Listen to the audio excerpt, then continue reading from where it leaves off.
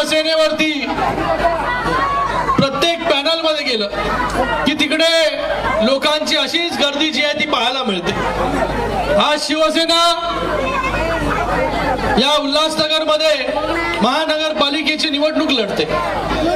या पॅनल मध्ये देखील आपले उमेदवार जे आहेत कुमारी हिना खान, त्याचबरोबर सविता तोरणे रगडे, मालती करोतिया आणि त्याचबरोबर गजानन शेळके, ही सगळी जी मंडळी आहेत गेली अनेक वर्ष आपल्या सेवेमध्ये अनेक वर्ष जे आहेत ते या ठिकाणी काम करतायत.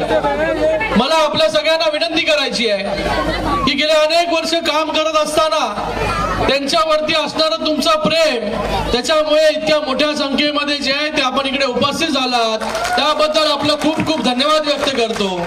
आणि त्यातल्या त्यात लाडक्या बहिणी देखील खूप मोठ्या संख्येमध्ये उपस्थित आहेत. लाडक्या बहिणींचं देखील खूप खूप धन्यवाद. माननीय उपमुख्यमंत्री एकनाथजी शिंदे साहेबांच्या आपण सगळ्या लाडक्या बहिणी आहे. जेव्हा मुख्यमंत्री होते साहेब तेव्हा सगळ्यात पहिला निर्णय जर कुठला घेतला तर लाडक्या बहिणींचा निर्णय घेतला आणि या लाडक्या बहिणींना सक्षम करण्याचं काम जे शिंदे साहेबांनी केलं.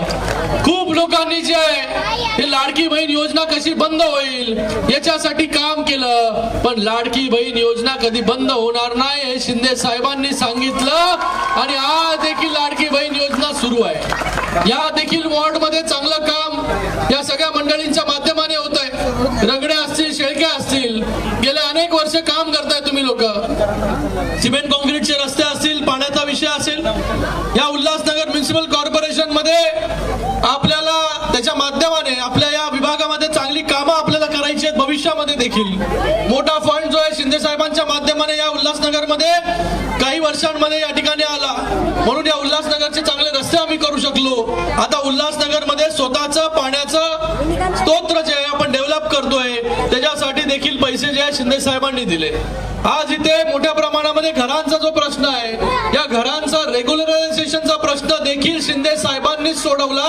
आज तुम्ही ज्या घरांमध्ये राहताय नेहमी जे आहे हे घर इल्लीगल आहे हे सांगण्याचं काम जे आहे ते आपल्याला लोक सांगतात, पण आज रेग्युलर करण्याचं काम म्हणजे आपलं हे घर जे आहे ते हक्काचं झालं. पण आता तुम्ही ज्या परिस्थितीमध्ये राहता ती परिस्थिती देखील सुधारली पाहिजे, चांगली झाली पाहिजे.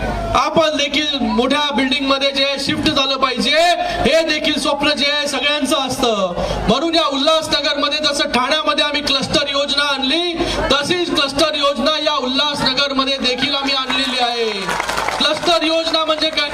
क्लस्टर योजना म्हणजे आपल्याला सगळ्यांना आपल्या हक्काचं अधिकृत घर देण्याची स्कीम म्हणजे क्लस्टर योजना.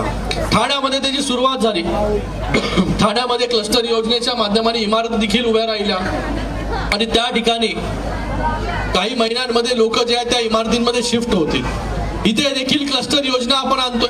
क्लस्टर योजनेच्या माध्यमाने आपण ज्या आता घरामध्ये राहताय त्याच्यापेक्षा मोठं घर जे आहे जो 10 बाय 10च्या घरामध्ये पण राहतोय त्याला 350 स्क्वेअर फीटचं कार्पेट म्हणजे बिल्डअप एरिया 450 पेक्षा जास्त इतकं मोठं घर जे आहे क्लस्टर योजनेच्या माध्यमाने मिळणार. त्याचबरोबर याच क्लस्टर योजनेच्या माध्यमाने आपला समूह विकास जेव्हा होईल, आपल्या मुलांसाठी गार्डन्स असतील, आपल्या मुलांसाठी जे प्लेग्राऊंड असतील, आपल्या मुलांसाठी शाळा असतील. आज या उल्हासनगर मध्ये काही शाळा ज्या आहेत त्या आम्ही चांगल्या केल्या. याच उल्हासनगर मध्ये आम्ही नो कॅश काउंटर हॉस्पिटल जे आहे सुरू केलं जिथे एकही रुपया पेशंटला लागत नाही. याच उल्हासनगर मध्ये ESIC हॉस्पिटल देखील आम्ही सुरुवात केलं आणि याच उल्हासनगर मध्ये VTC वरती जे आहे स्टेडियमचं काम देखील त्या ठिकाणी चालू आहे. काही महिन्यांमध्ये त्याचं काम पूर्ण होईल. तर गटर मीटर वॉटर याच्या पलीकडे जाऊन ही सगळ्या सुविधा देण्याचा प्रयत्न जो आहे तो आमचा आहे. येणाऱ्या या निवडणुकीमध्ये आपण देखील शिवसेनेचे हे सगळे उमेदवार आहेत, पण त्यांचा जो आहे चिन्हाचा प्रॉब्लेम जो आहे तो त्या ठिकाणी झाला. पण मला पूर्ण विश्वास आहे की आपण यांचे जे चिन्ह आहे हे चिन्ह मला वाटतं पाठ केलेलं इकडचा प्रत्येक जे आहे प्रत्येक व्यक्तीच्या तोंडावरती आता तुम्हीच माझ्या बरोबर आता तुम्हीच बोलायचं. कपाट आता मी बोलल्यावरती कपाट रिक्षा वॉकर फुगा निवडून आणा 4 जागा. धन्यवाद. जय हिंद, जय महाराष्ट्र.